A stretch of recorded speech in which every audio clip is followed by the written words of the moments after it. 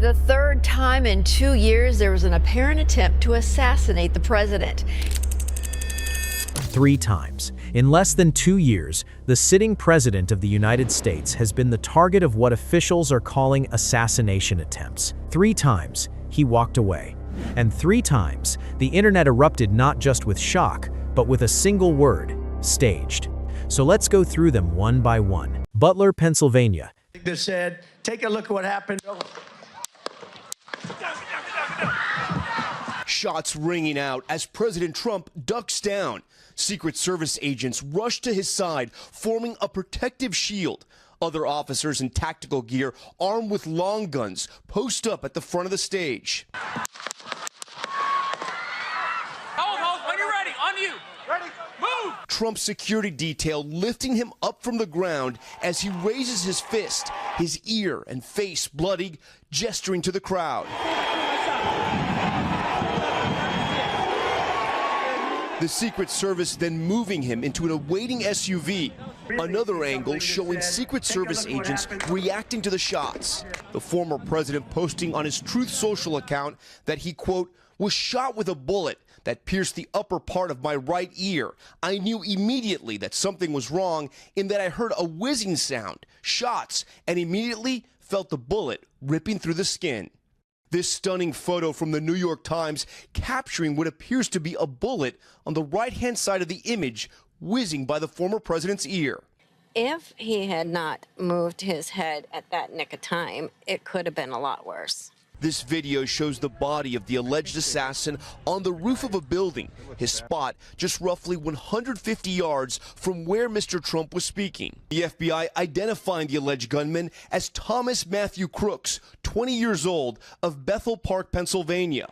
But why he allegedly wanted to kill former President Trump, still unclear. The FBI now leading an investigation involving the Secret Service, ATF, and state and local law enforcement on the ground in Butler, Pennsylvania. The alleged gunman killing one spectator and gravely injuring 2 others. This evening we had what we're calling an assassination attempt against our former president, Donald Trump. Ryan Routh and the golf course. Keep walking! This is Ryan Wesley Routh, the suspected gunman in the apparent assassination attempt of former President Donald Trump at Trump International Golf Club in West Palm Beach on Sunday. Law enforcement officials apprehended Routh about 50 miles north of the club, approximately 45 minutes after he fled the scene. Here's how the day unfolded.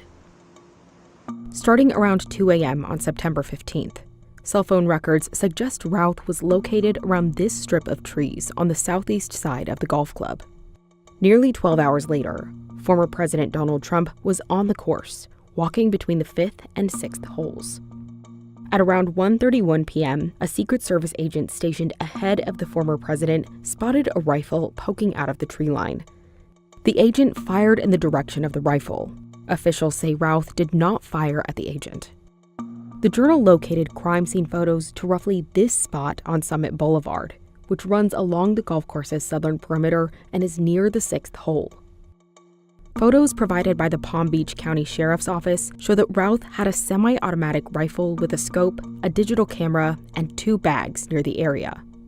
Shortly after the Secret Service agent fired shots, a witness spotted Routh fleeing to a black Nissan SUV.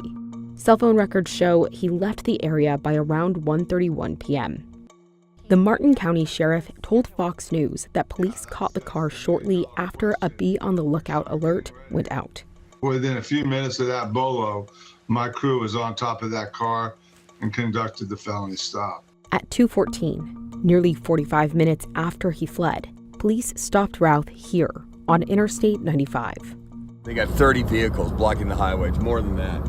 Routh was charged Monday with possessing a firearm despite being a felon and having a firearm with a wiped-out serial number. White House Correspondents' Dinner. For the third time in 2 years, there was an apparent attempt to assassinate the president.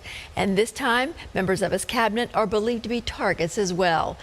He was fast. He was running full blast, and they got him. President Trump, still in his tuxedo late last night, hailed the Secret Service for saving his life again. Where's it coming from? In this video, if you listen closely, you can hear the series of shots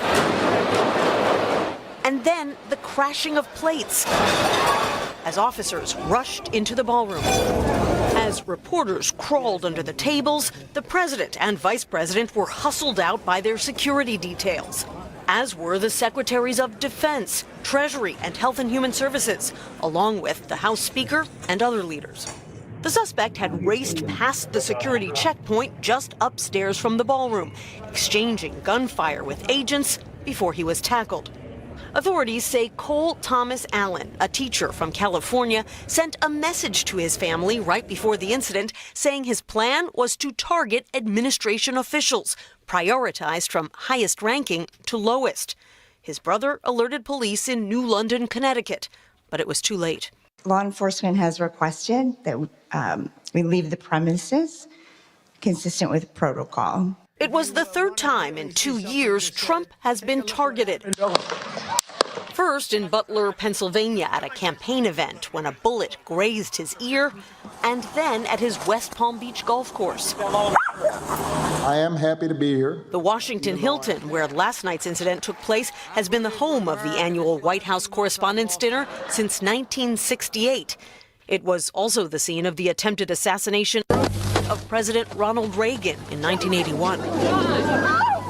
Police say the suspect in this incident booked a room at the hotel after traveling across the country by train. In his letter, he scoffed that there was, quote, no damn security. We had resources all over. We had resources sitting at tables, literally in disguise, sitting maybe at your table, who knows? But we had people all over the room, so he had a long way to go. That was really a first line of defense, and they got him. And they really, they acted incredibly. Why people believe they're staged. So here's where we have to be honest with you. There is no verified evidence that any of these 3 assassination attempts were staged. The FBI investigated Butler. Ryan Routh was convicted and is in prison for life. Cole Thomas Allen is in custody right now, facing federal charges. But here's the thing, the people pushing the staged theory are no longer just anonymous accounts on Twitter. They are people inside Trump's own base. Tucker Carlson, one of the most watched media figures in America, said in November that the FBI lied about Thomas Crook's online footprint. And then there's the timing argument. Look at the pattern. Butler happened 2 days before the Republican National Convention, the single most important moment of Trump's campaign. The Routh golf course incident happened in mid-September, just as early voting was beginning, and yesterday's attempt at the Correspondents' Dinner. It comes as Trump faces some of his worst approval numbers of his second term.